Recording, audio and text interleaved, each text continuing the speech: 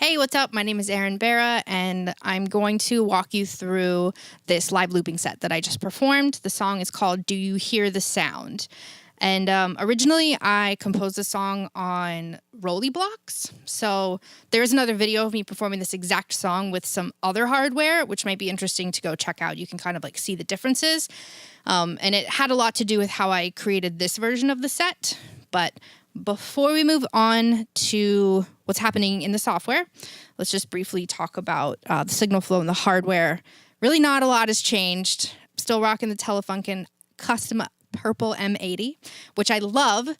And as you'll see when we get in here, my vocal chain is basically nothing, but it still sounds great and it has so much to do with the hardware. So the mic's running into an Apogee Duet, which is then running into Ableton here. And I just have a push and a Launchpad Mini. So super stripped down for this. All I brought was a backpack to this filming session, and it was liberating. All right. So I wrote this song almost 2 years ago, actually, and it just seems more relevant every day. And I wanted to showcase something a little bit more straightforward, which is live looping. I have a specific technique that I use that I've developed over maybe the past 8 years or something, which is to trigger an action on beat 2 of the previous measure. So you'll see when you watch me, I'm tapping along, I'm playing, I'm sequencing, I'm doing whatever, and then about 3 beats before I want the actual sequence to begin looping, I will press record or I'll launch something. That way, I give myself enough time to press it again if I've missed it. But more importantly, you'll see that I have to do a lot of really quick button pushing in order to get from one mode into another mode. For instance, if I'm going from session to note, and in this case, in order for me to push as that main instrument the whole time while still pushing and launching from the Launchpad Mini, I had to turn off the select on launch preference. So you'll see me doing almost double the amount of button pushing to press select and then whatever clip that I'm playing with or I want to sequence into. That's actually a really frustrating thing for me because I would love to be able to just launch something, have it selected, and then to continue working in that particular clip. But I need the preference to switch mid-set, and I don't want to open up my preferences to amend that. So that's really what's happening. I have a really simple drum kit, and that's not the sound at all. This is what I love about Ableton, that it's just the more you mess up, the more alive it feels to me. And actually in the performance, you'll see that I went into clip mode after I was sequencing that like third instrument, the pluck sound. I missed it by a bar and it became a 5-bar sequence. And so I went in and I edited it mid-performance to make it 4 bars. And to me, that makes it exciting. Like this isn't supposed to be perfect, right? So back to my drum kit. It's really quite simple. It's just 1 kick, 2 shakers, which are panned hard. I've got 3 hi-hats, left, center, right, a tambourine, and this rim shot. And I'm sequencing, which is like a classic 90s house rhythmic pattern. You've heard me do it before. You'll hear me do it again. I love it. Especially the rim shot on the of 4. It is my jam. I do a lot of quick looping, duplicating and putting clips different places. I practice this a lot, obviously, so I know where everything goes. So with the original hardware, it was extremely expressive. Like as my hands were moving and manipulating it, it reacted to me. So I wanted to create something similar, and I used 2 instances of Wavetable, which is a new Wavetable synthesizer that came with Live 10 that I'm pretty stoked about. So what's particularly interesting with this sound is that it has aftertouch reaction that's happening, and also it's really responsive to velocity or an on message. So you can hear as I press So I'm just going to quickly open this up so you can see what's going on inside of here. But if I open up the matrix itself, here's Aftertouch, and you can see that it's modulating the filter cutoff of the cutoff frequency of filter 1. So you can see this in action here as I press down. The filter is opening wide. And there's a lot of other parameters and other connections and modulation that's happening within the synth.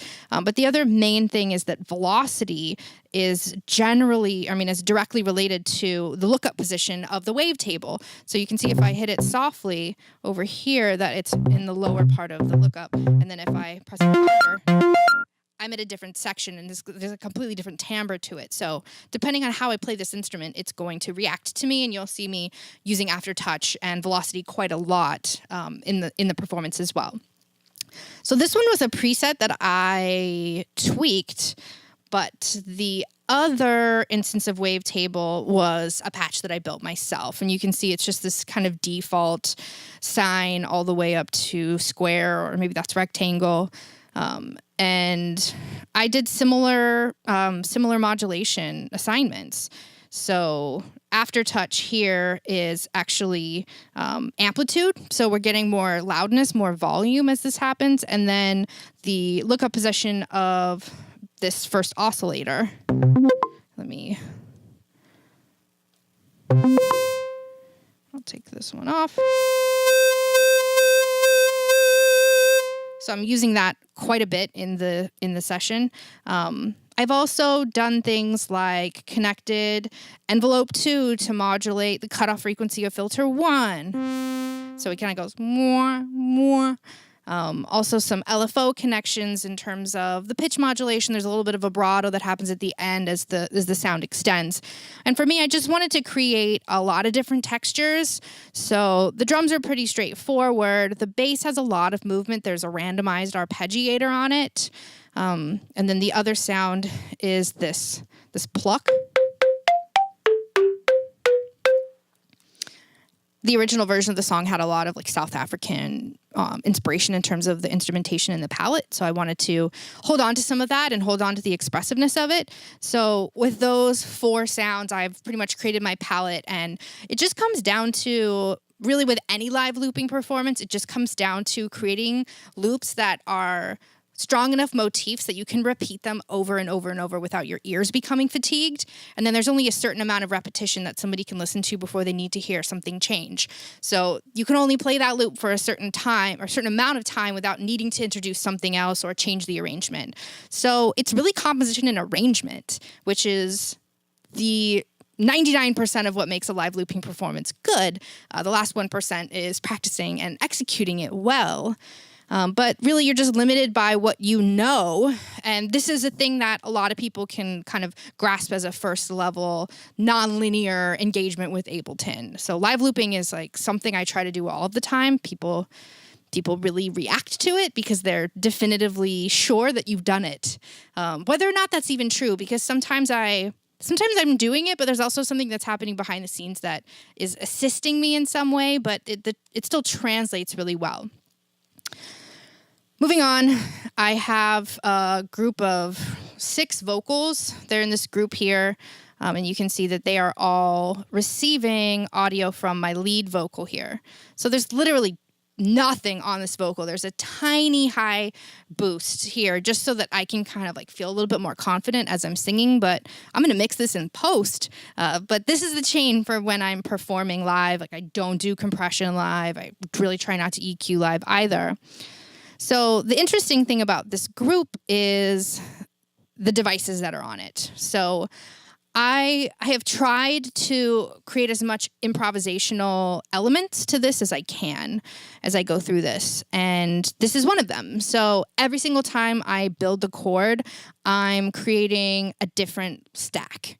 And part of what I love about this song is that it has this like optimistic vibe to it, but I'm really talking about things that like keep me up at night, right? Like climate change or what's happening to the political climate across the entire globe. Like that, those are, I want to feel optimistic about it, but it still scares the crap out of me. And so I use a lot of tensions. I'm using a lot of 9s, a lot of 6s, a lot of 13s. And that is the palette that I'm trying to create. So every single time I build this chord, I try to create like more tension while still maintaining some sort of diatonic feel in a way. So beyond that, once I trigger it, which I will do here, make sure they all stop.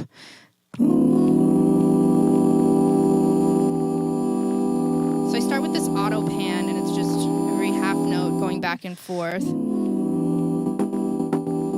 So I have this shaper device. It's an LFO, and this is one of the preset waves, and it's modulating volume. You can see that I've assigned track volume to be modulated by the shape of this wave. It's got this percussive quality to it. And then I just kind of even out the gain. It's compressed and limited a bit also.